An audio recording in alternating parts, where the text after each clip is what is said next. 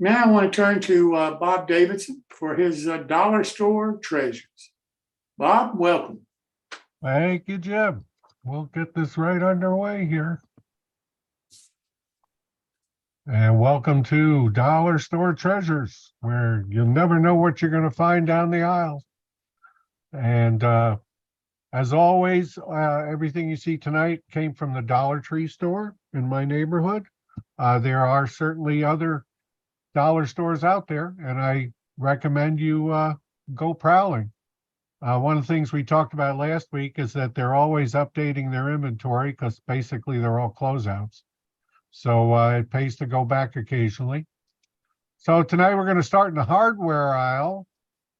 And I happen to find for $1.25, just some real inexpensive. Granted, they're not really high quality, but you do get a reverse grab tweezer here. The flat one is good. These are, I use these when I'm spray painting something and I just need to hold on to it. And I really don't care, about damaging a good pair of tweezers. So again, $1.25, not so bad. So I also found this a couple weeks ago, a little toolbox. It's about 12 inches wide, about 4.5 inches tall, and 5 inches deep. And what I did was I put foam into it, and I'm just showing you the inside here. It's just open. That's the recess because the handle folds flat. But if you need to carry a model, I do some painting in my shop when I'm spraying in my business's shop. Or if you're just toting around, a throttle or something like that, you need to bring some stuff around. Again, for $1.25, it's a nice cheap way to cart your wares across town. Next, we'll head down the craft aisle for something. I found this, they call it an embossing tool, but really it's a burnisher. It's a round end. You can see there's a larger ball on the top and a small ball on the bottom. And they're good for burnishing decals or burnishing other appliques that you're putting down if you need to get into a tight corner. It's very comfortable. It's a kind of rubber handle to it, and just a nice little tool, again, for $1. And finally, here's a new aisle that we're going to tonight, down the pet aisle. I was there just today, actually, and I saw this collapsible travel ball. And I said, there's times I'm working over, I just need something to put stuff into. And I don't happen to have a container around. Well, this is one of those little collapsible rubber things, and it unfolds and makes a nice little bowl. If you've got loose parts around, you're working, leaning over the layout or something, and you just need to put things into something. It's real good. It's soft. It won't damage anything. And again, for $1, you really can't go bad. So again, I encourage everybody, visit your local dollar store. You'll never know what you find. So that's it for me tonight. Jim, I'll turn it back to you. Anybody have any questions for Bob? Well, Bob, thanks so very much. I mean, the goodies that you're showing for $1, can't beat it. Cannot. No, I'm still going broke. I'm buying 5 or 6 of them every week. So, so let me go now to Gary Shergold, MMR. Gary, if you remember, is building a machine shop. So Gary, welcome. Thanks very much, Jim. Okay, we're going to finish the interior and we're going to finish the exterior walls. So what I've done is I've got the building all squared up. I've, as you can see, all the joints are hidden and everything is carved in so that everything blends together. I've got myself a little glass palette. And what I've done is I put out a dab of, these are all fairly inexpensive acrylic paints, dark sienna, some orange, and some red, dark red. So what I do is I take a little sponge and I then dab the different colors into my colors, and I start dabbing the brick all the way around. Now, the idea here is not to completely paint all you want to be doing is dabbing. So you're going to dab all the walls all the way around the outside of this building. And then you're going to go over to another color and continue adding the browns, the oranges, as you go along and mixing. And eventually what's going to happen, you do enough dabbing, you're going to completely fill in these walls. So as you can see, there's different colors. The three colors are blending and you're getting a variation in the brick. And again, here you see little oranges and browns and etc. And then we come again around, fully coloring all the walls. And then what I do is I take underline shale and I brush the shale and sort of blend it in. You don't want to put it on heavy, put it on light, and just keep brushing it. So basically what you're doing is you're taking all the colors you put on that brickwork and you're starting to blend everything in.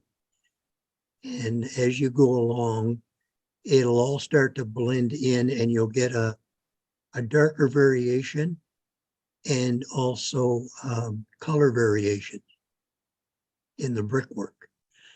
What I've also done is the interior. I've got some gray and I completely painted the top walls and inside walls this dark gray. Now, on the outside trim, around the windows, along the edges, I have taken antique cement color and then gone around all those to fill in all the cement that is around. And I used aged concrete for that. And we go to the next one and I do my brick colors. This is a 1 to 5. I have a system where I have a number of acrylic colors, 1 to 5, and I start painting my rocks, starting with number 1 all the way around. Then I go to 2, 3, 4, until everything is filled in. And then again, I take the 100 line shale and I blend or mix it, paint it on with a paintbrush. And what that does is it blends and tones down the rock colors. And they all blend into a nice rock foundation form. Now, for the interior, I wanted the wainscoting walls. So, of course, I measured out on the inside and cut out the window openings. And then they were then placed inside the building after the floor was put in. And you can see that they're put in and glued to the side of the insides of the walls. And then a cap was put on all the way around the top of the wainscoting. And here's another with the doors painted up and just showing the interior. You can see this is all finished. There is a piece that is put in here, and this is all done so it looks nice and neat.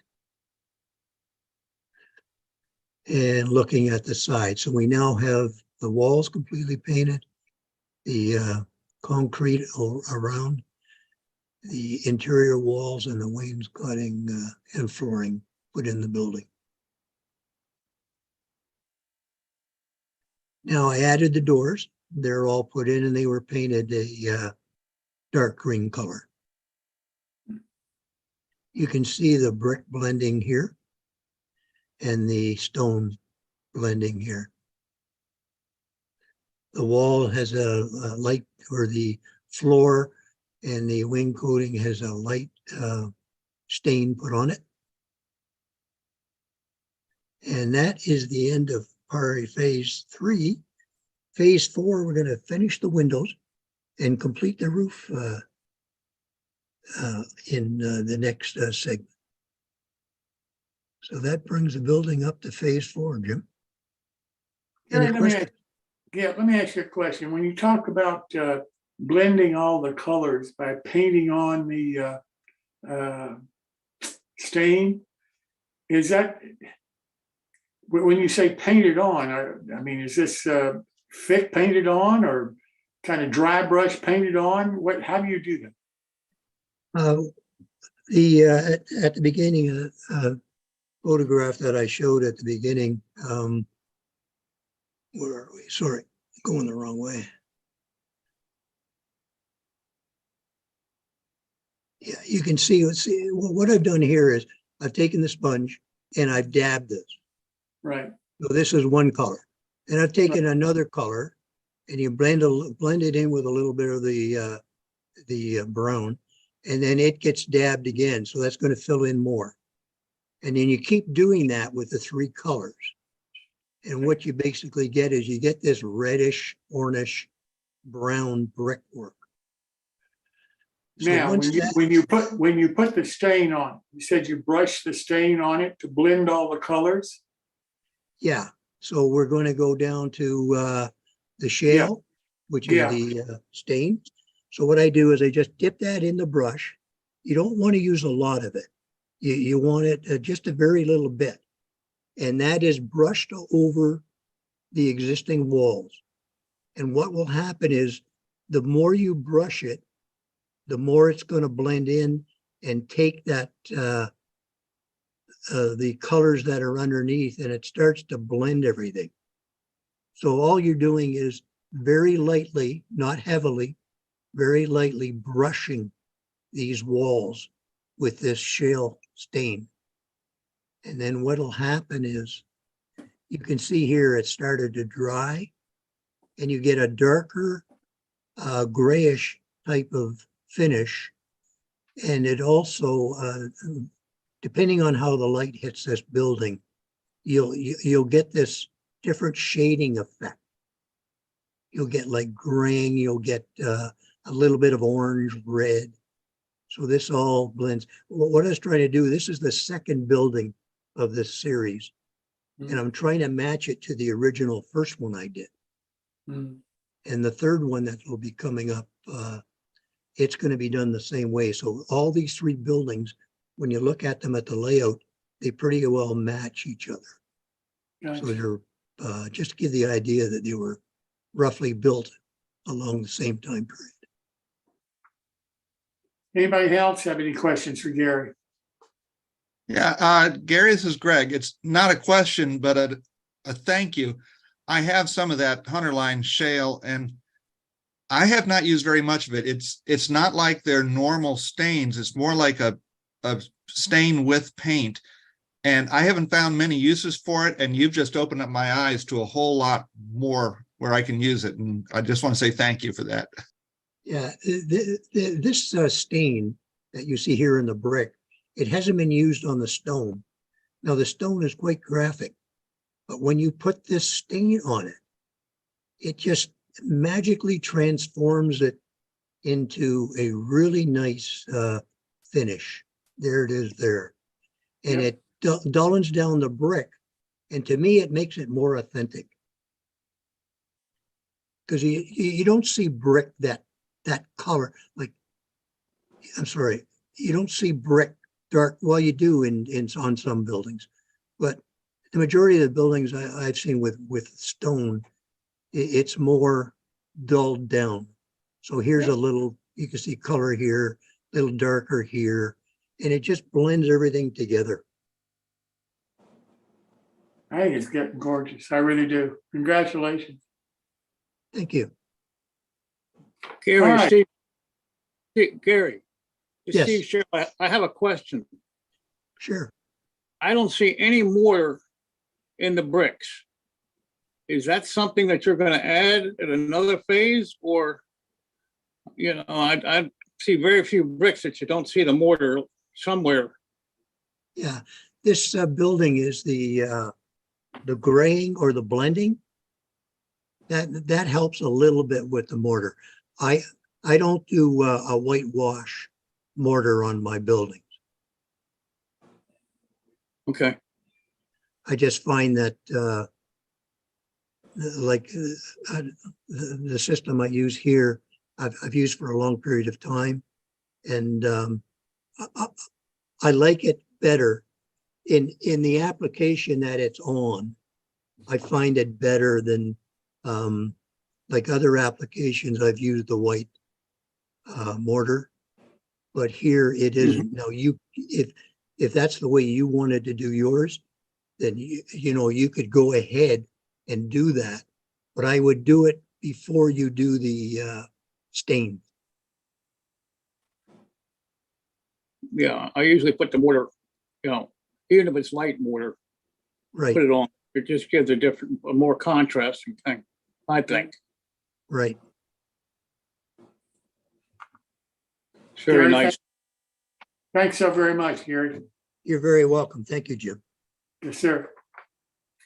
Well, now let's turn to Tom Farrell, who is scratch building his layout, but he's become more of a shipbuilder than a model railroader. Tom, welcome. Yes, I'm now an accomplished shipbuilder per Jim. This evening, I will be doing a rusted hull resin kit. And then I will be doing a resin pour for the Salt Creek River Basin. So on with the shipbuilding. This will be the finished scene that I'll show you how I did this evening. This is the resin pour, and this is the rusted hull that is in the water, in the resin. So let's show you how I did this today. And there's that dam that I built in a previous show. So this resin hull, This is Mr. Tom Farrell, who's going to be shown. this this resin hull is a Frenchman River Model Works ship, and it can be used for multi-scales. It I, of course, am modeling an O scale, ON30. This is the actual how the model comes. It's a single resin casting. It's unpainted. It's very high detail. You can see on the surface here, this rust surfaces, and this thing's approximately 11 inches long and 2 7/8 inches wide and about 1.5 inches, 1 5/8 high. And like I said, with the previous resin ship model, the art with these resin kits is in the painting of them. So that's the length of the original casting. Now, I thought that was a little large for where I'm putting my model, so I removed 2 inches out of the center of this. I cut this out with a razor saw and made it 9 inches in length, which was more suitable to the area on my Salt River Basin. And I basically just super glued it together. And I'll show you, I go back and I fill this with putty, but this is shown here primed, but before I painted it with Rust-Oleum Automotive Primer, I washed it with dish soap in case there was any mold release on it. Again, I couldn't detect any, but it's just good practice with these resin kits to wash them up with a detergent. And then you want to prime them because primer gives you a nice non-reflective surface, a nice surface to put your actual color on. Otherwise, you may not get an even color. So what I did to achieve the rust color, this is the base coat. Some of you may recall I used this on a design preservations model a couple months back. This is a two-part process that's this I'll call it obnoxious orange here, as comes out of the rattle can, and then there's this acrylic like a purplish rust color. You'll see how it provides for a very nice base coat. Regarding filling that crack, I just used this Squadron white putty. I just filled it sloppily because, I'm going to paint right over it. So this is the paint team for the rusted hull. These are the same colors I used on my ship from the previous week. Just a very dark rust, and then moving left to right, light rusts, an orange, and then this Vallejo wash. And makes for a very nice rusted effect. See the detail, the bubbly rust on this. This is all by French River Model Works, James Cleveland. He's really nice models here in resin, and he's the fellow that, in addition to ship kits, he has the Tom York quote historic line. So really, I just took the kit as is, cut 2 inches out of it, glued it together, filled the gap here, and painted it in preparation for placing it in my river. So next, another type of resin, which is technically an epoxy for the Salt Creek River Basin. And I used 3 different layers. This was prior to any painting or any resin pours. Gary and Greg mentioned the Hunterline shale. That's what I use to color this stone, as you'll see, is that Hunterline shale, because it's not really a wash. It's like a paint. And this here, this is this green undercoat. It's really a liquid pigment. It's not really a paint. And the Woodland Scenics, the first layer that I use, cautions that if you use their own product, their liquid pigment, their green undercoat, their 2-part epoxy will could bring the color up into the epoxy. So what I did is I glazed it with this, basically it's a matte medium, this glazing material, and I sealed this off before I painted it. So I took these artist colors, Hooker's green and Payne's gray. The idea was to create the illusion of depth. So I moved from light to dark. So I started with a base color of this Hooker's green, and I thinned it with water and just a heavy paintbrush. And then I blended this Payne's gray into it, because I wanted the center channel to appear as though it had some depth to it. And the best way to do that is to do it with a dark color in the absence of light. I had an art teacher way back in high school tell me, don't use black for your darks. Use these grays. They're warmer colors, and in nature, rarely do you see black. So heeding his advice from way back in 1978, I used this Payne's gray. You can see how I blended this in here. There's goes from light to dark, trying to show that there's a ship channel here. I have finished this to a flat black, the edge of the layout here. So this is the general effect here. So you can see how it goes from light to dark. These buildings are now glued in place. These are the 3 bait shops. I use this tacky glue to glue them in place. I did a quick check around the perimeter of the scenery and the front edge to make sure there was no visible cracks. There was a little crack here at this bridge abutment, and there was a little crack on the fascia. I filled the fascia crack with super glue, and I filled this with this tacky glue, and I let it dry.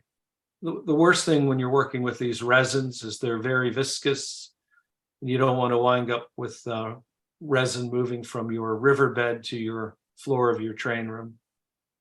I'm pleased to report I didn't have any leaks. There's a better close-up of the painting. See the light to dark, and this is that mixture of the Payne's gray and the Hooker's green. I just placed my other ship in there for just to see how the whole thing would look.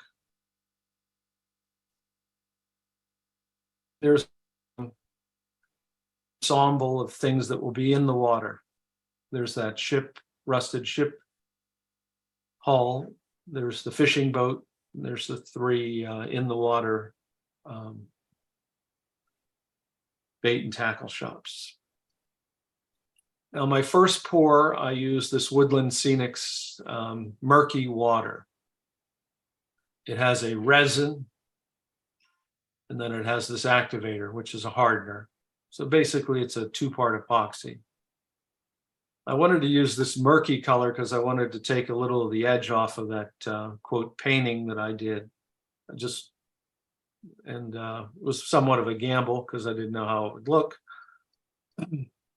They recommend that you place the resin and the hardener in warm water for, I think, roughly 10 minutes to warm enough that you could put your hand in there, but not so hot that you couldn't. That was in the instructions. So I heeded their advice. These are these epoxies, when they're mixed properly, create heat. They have a reaction with one another. Endothermic reaction is the technical word. And there's the first pour of the murky water. And you can see even there, we're getting these nice reflections as if it were really water. And the ship hull, I poured some on the inside of it at the same approximate level as the outside. So this was the first pour, and then I let it dry overnight.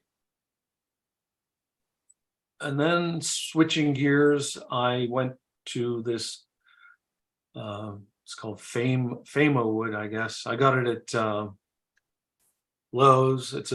It's made for countertops, basically. So the reason I went after this is I wanted something very hard.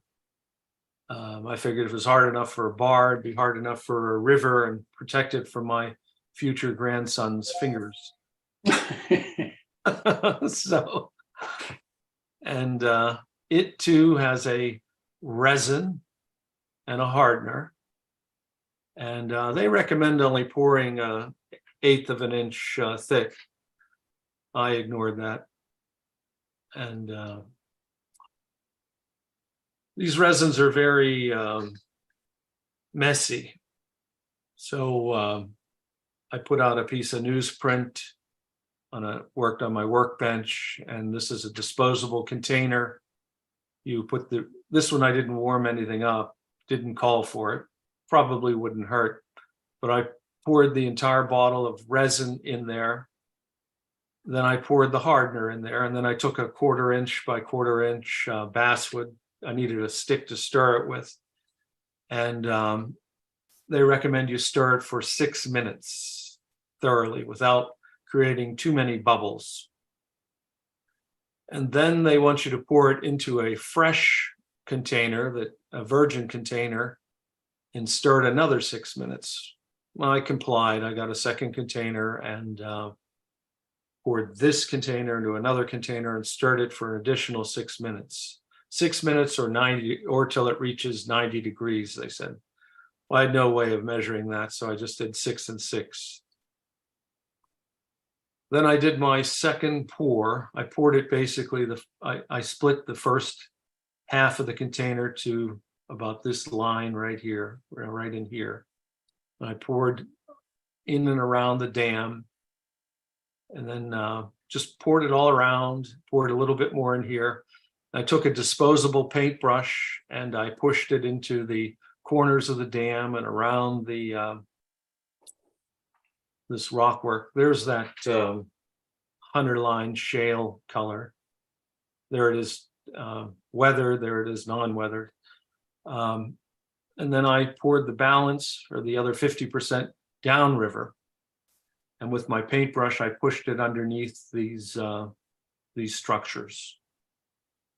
And then I waited another day, and it was absolutely rock hard.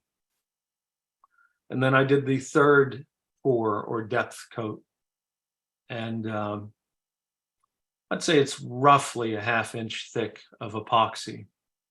And I checked it at the start of I poured this morning, this third pour, and it's already nearly dry to the touch, just slightly tacky. So I'm figuring by tomorrow morning it will be glass-like hard, and it really looks pretty nice. There's 3 layers, and it does have the illusion of a real depth here because of that Payne's gray and Hooker's green that I favored the Payne's gray in the middle of the layout. So here's looking a little downriver. I mean, here's a nice little reflection I called out. Now I'll go back and this epoxies, they wick up things, they wick onto the shore, they wick up these dowel rods, these piers. I'll go back and paint these like an algae, and I'll put barnacles or something on here. But that's after it dries. And it really looks pretty nice. It's a nice materials. And that's it, folks. Any questions this evening? That's impressive. It really is impressive. I know it had to be a lot of work, but it's making quite an impact. This is one of the first areas you see when you walk into the layout room, and I wanted it to have some impact. So I think this shanty town and this river and the covered bridge will hit you pretty good. yeah. Derek, the boat that you put in is a nice touch too. Yeah, and I intend to once everything's dry, I'm going to have a collapsed. I'm not going to just leave it the way it is. I'm going to put in a collapsed deck and some bulkheads and some doors and stuff. I'm not just going to have it like that as my scheme. I don't need to do anything now, but at some point, that's my idea. Yeah. Anybody have any more questions for Tom?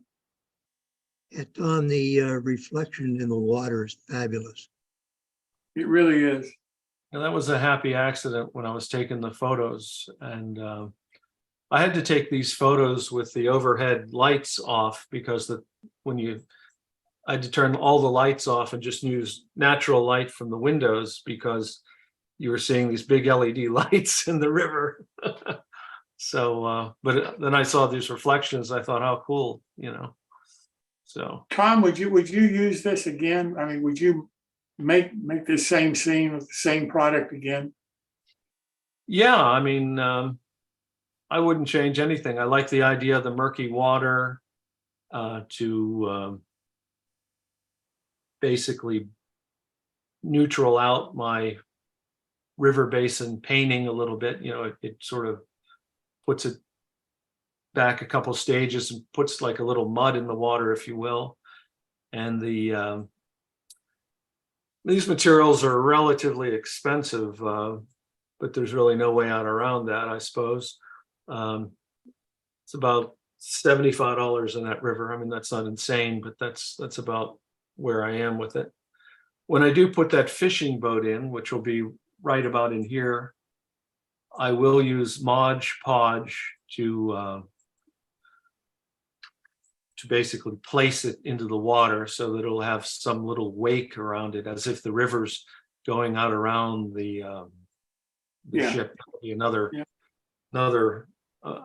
at the moment I'm super detailing this particular bait shop, and in the morning I plan on putting that ship in here, and that'll be next week's show, is what I'm doing with this building, the ship, and as far along. Each one of these are going to be super detailed on the way down. They're just very rough right now. In fact, this one doesn't have any weathering on it at all. So that'll be the next show anyway. Okay. Thank you so much, sir. It looks great. All right. Thank you. Yeah. Well, now I want to turn to Steve Sherrill for his series. what do you want to talk about? So Steve, what do you want to talk about? Tonight, I want to talk about etiquette in visiting layouts. And I need some input from the other people who were on the site tonight.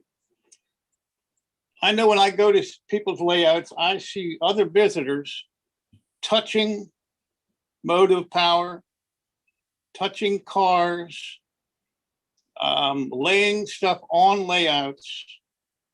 And I would like to know what other modelers are doing about that and how they control that situation. I find it kind of upsetting. Kind of upsetting that other people take advantage of this type of thing. Especially it seems to be prevalent in the smaller scales, the HO, the N, and not so much in the O scale. Have other people found this to be a problem that they've noticed when they're visiting layouts or operating? Operating, I see it happen a lot when the uncoupling occurs on the trains. I know that some of the models that we've built are, contest quality and they're kind of fragile. And I see no need for this type of action to happen. Things like, again, putting drinks on the layout, leaning against the layouts, pushing against the fascia. You as a visitor, these things should not occur, I feel. Do other people have this same observation, or is it just me? I know that I've kind of been brought up in model railroading where you didn't touch anybody else's equipment without their permission. And I've seen some pretty bad things happen, especially when it comes to picking up locomotives and cars. I've seen people pick them up and just kind of squeeze them. So if I can get some input on this and how we can convey certain behaviors to visitors without, being nasty to them. And we always want to welcome them back. But I do believe that there should be some rules that we kind of enforce. And I find that the adults are worse than the children. So I got to agree with you because I used to have my layout open. I don't anymore. Or, it's very rare that I'll invite somebody over. But I used to. And the thing that griped me more than anything else were the people that had to lean against it.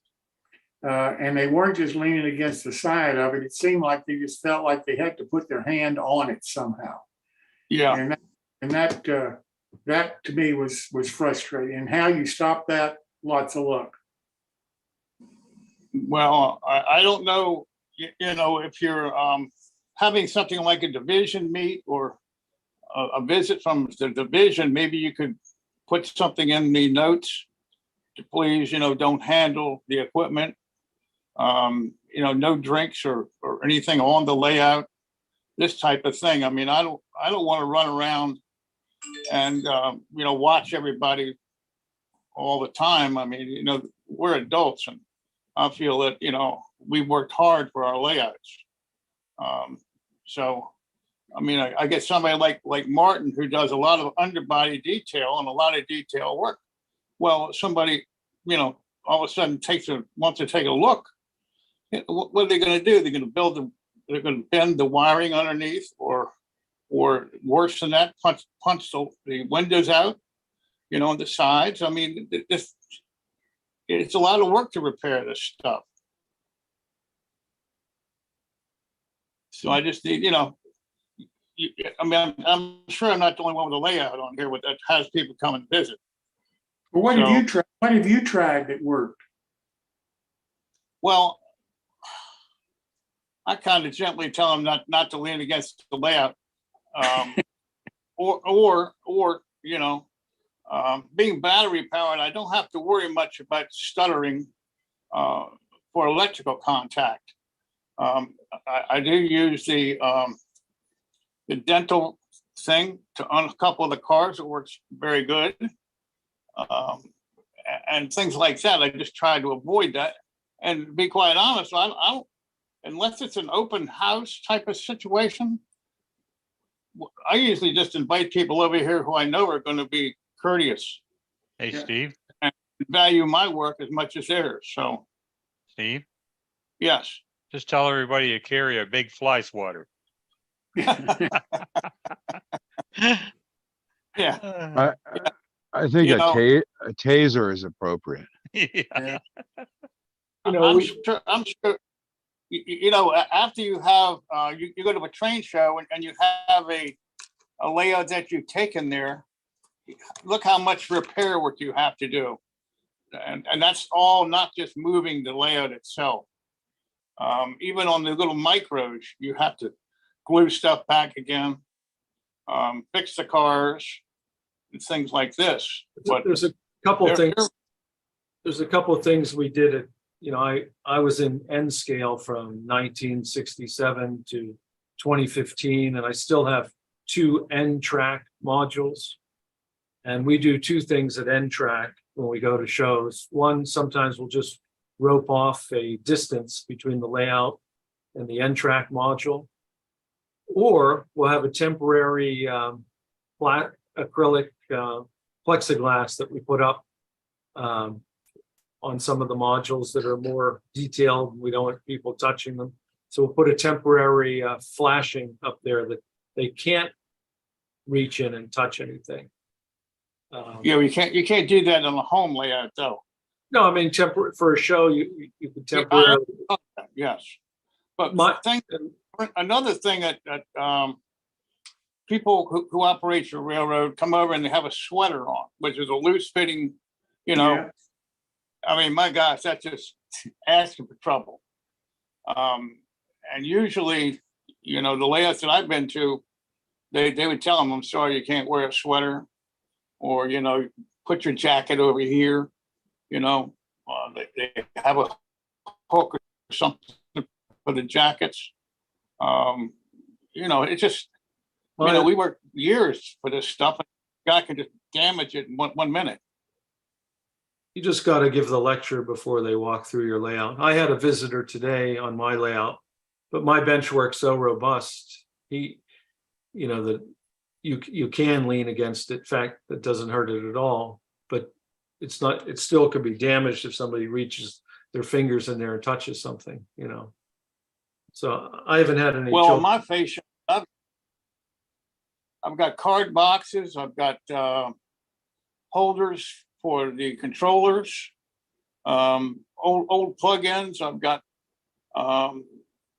manual switch controls sticking out. This kind of thing. So there's lots of stuff that can be touched.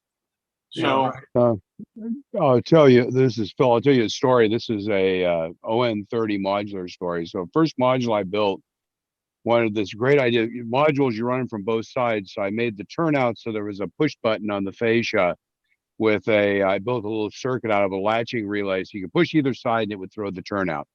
Mhm. And I brought it in and everybody in the club said, wow, that was stupid. And of course the public pushed it. So I made up little plastic covers that were clear plexiglass that would hang over it. So you had to move the cover aside to push it. And they moved the cover aside. Then I painted the covers green so they were the same color as the fascia siding. So they were kind of not very visible, but they still pushed them.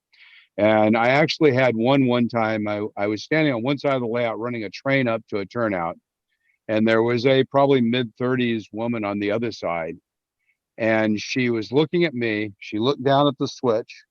She looked up at me, looked down at the switch and pushed the thing aside and throw the turnout. So my engine ran into the switch, turned out backwards and derailed.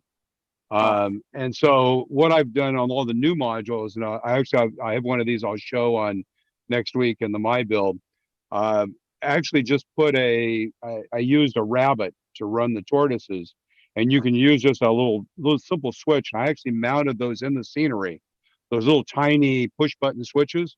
And if you paint them and put them in the scenery, they're pretty much transparent. They're right next to the turnout. So you actually push them in the scenery. What you find is people don't reach into the scenery very much at a show like that. But yeah, the public, you have to kind of watch them like a hawk. It's especially when they have kids and they get the kids close. But we used to have a designated re-railer. That was a guy who knew how to handle all the custom painted locomotives and cars. He knew how to handle them and put them on, rather than someone unfamiliar with it would be fumbling around with the equipment. And it worked out pretty good. But usually, a lot of good railroads don't have a lot of derailments.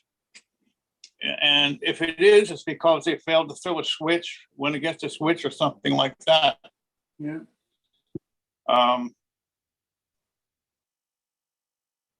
One of the things I have on my layout, Steve, are their signs. Very there's quite a number of them. And it says on the sign, "Keep your cotton picking hands off." And I really had no trouble.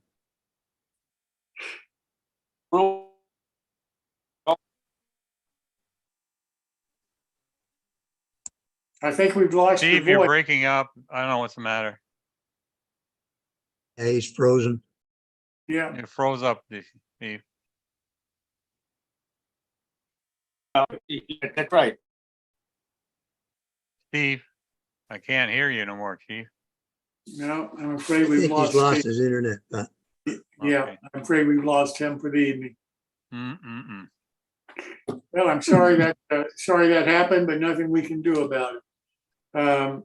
But I do think that was an interesting subject to talk about, because I think all of us, if we've opened our layouts, it used to be one of the main problems that we used to have in contests, particularly, was you'd have people come in and want to pick models up. And they weren't judges necessarily. They just wanted to look at the models. And so all of a sudden you'd have people come by and look at the models and start picking them up, and parts would start dropping off and everything else. I don't think that's as much of a problem now as it used to be.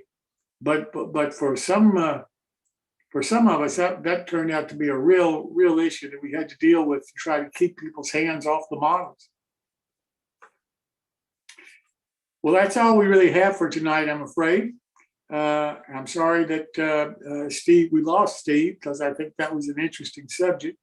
But he'll be back next week with something else that we can talk about. So thank you all so much for coming. We really do appreciate it.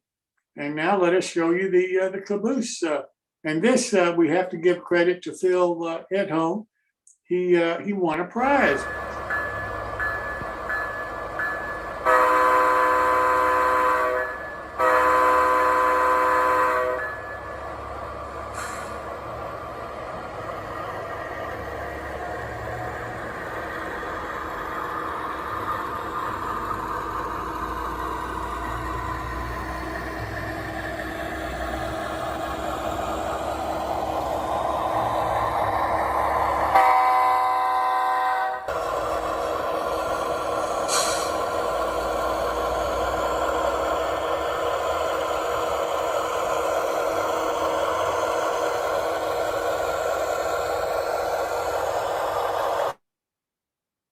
Bill, you want to comment about this, particularly the speakers? I thought that was interesting. Yeah, so this was actually for the soundtracks had a thing back, I think it was the 31st of July. If you submitted some pictures of the installation of a soundtracks decoder and a video of the engine, they would give you a free soundtracks decoder. So by the way, I got a Blue Nami 2002, I think it is, the 2 amp Blue Nami. I put in one of my ON30 engines. So that's actually that's an O scale Sunset GE locomotive. It's a brass locomotive with the 4-amp decoder. What makes it really interesting is there are actually 4 speakers. There are a little box speaker by, I think it's TMS or something. They're about 1.2 inches by 1.2 inches by about a half an inch, and has a 1.1 inch speaker in it. And they're an enclosed box. And the nice thing about enclosed box speakers is you get much better sound control than just having a speaker out in the air. And there are actually 4 of those in there. There are 2 mounted right behind the cab. They're glued back to back and glued up to the top. So they're actually shooting out through the vents there right behind the cab on the hood. And then in the back, there's actually, again, 2, one shooting up through the air vents and one shooting down. And I don't know if you can hear it as it went by, but it's actually does a great job of actually giving you sound across the engine. And the really thing that's interesting is when you're close to the engine, because obviously an O-scale engine's about, this long. If you're standing this far away, the 2 speakers are like this, and you get essentially a stereophonic effect, so that when the horn plays, it actually sounds like it's coming right from the horn in the middle of the engine.